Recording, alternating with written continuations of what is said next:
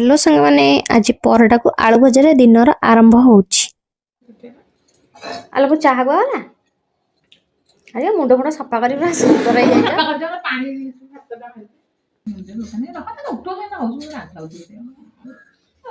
बहु वीडियो को like subscribe करंतु